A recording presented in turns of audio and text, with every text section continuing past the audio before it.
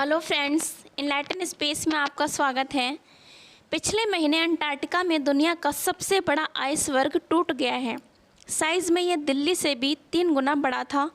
इसी महीने वैज्ञानिकों ने चेतावनी जारी की है कि अंटार्कटिका ग्लेशियरों की रक्षा करने वाला 180 लाख करोड़ टन वजनी पाइन आइसलैंड ग्लेशियर भी अगले 20 सालों में टूटकर अंटार्कटिका से अलग हो सकता है। अगर ऐसे ही टूट फूट जारी रही तो धरती पर तबाही आ सकती है। अंटार्कटिका में जो आइसबर्ग पिछले महीने टूटा उसका नाम A76 है। यूरोपियन स्पेस एजेंसी ने बताया है कि आइसबर्ग A76 रोने आइस शेल्फ के पश्चिमी हिस्से से टूटा और अब वेडेल सागर में तैर रहा है।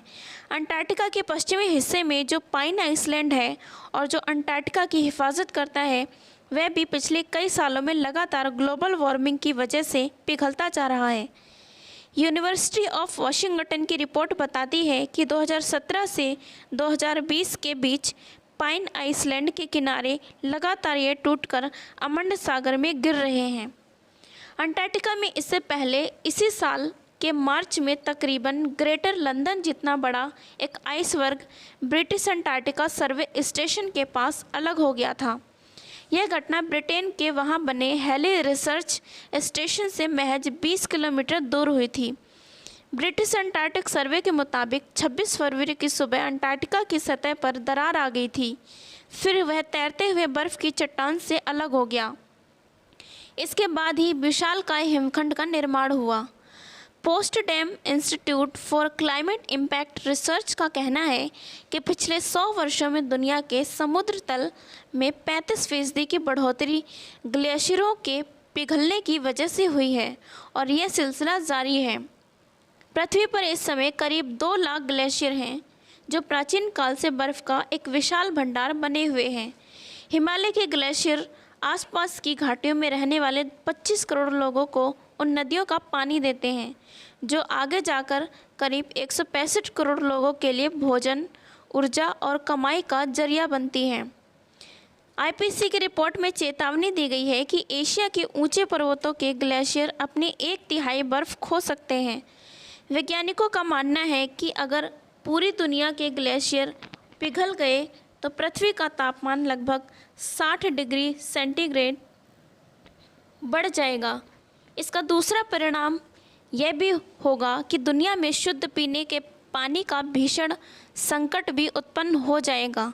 पीने के पानी का स्टॉक खत्म हो जाने से इंसानों को उसके लिए संघर्ष भी करना पड़ेगा।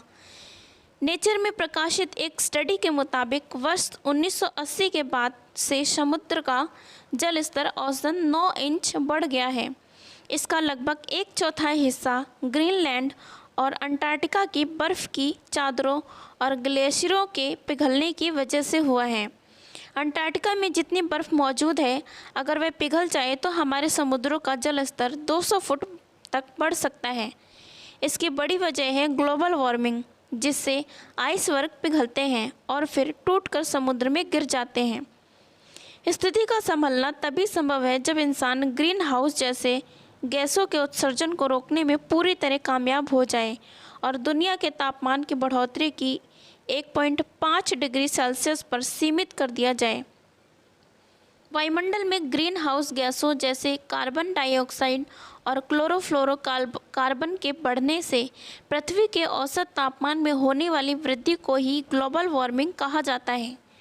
इसकी वजह से ही जलवायु परिवर्तन होता है।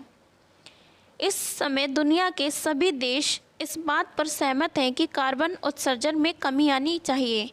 वे इसके लिए खुद को प्रतिबद्ध भी बताते हैं, लेकिन इनकी प्रतिबद्धता की सच्चाई टूटते पिघलते ग्लेशियरों में देखी जा सकती है। तेज़ी से पिघलते ग्लेशियरों और टूटते आइस शेल्फ पृथ्वी के बिगड़ते स्वास्थ्य का एक बहुत बड़ा सबूत है। समय पर इसका इलाज सुनिश्चित करने के लिए ज़रूरी है कि दुनिया इस विषय को सिर्फ सेमिनार और गोष्ठियों तक सीमित ना रखे। यह आम लोगों की चिंता में भी फैलना चाहिए।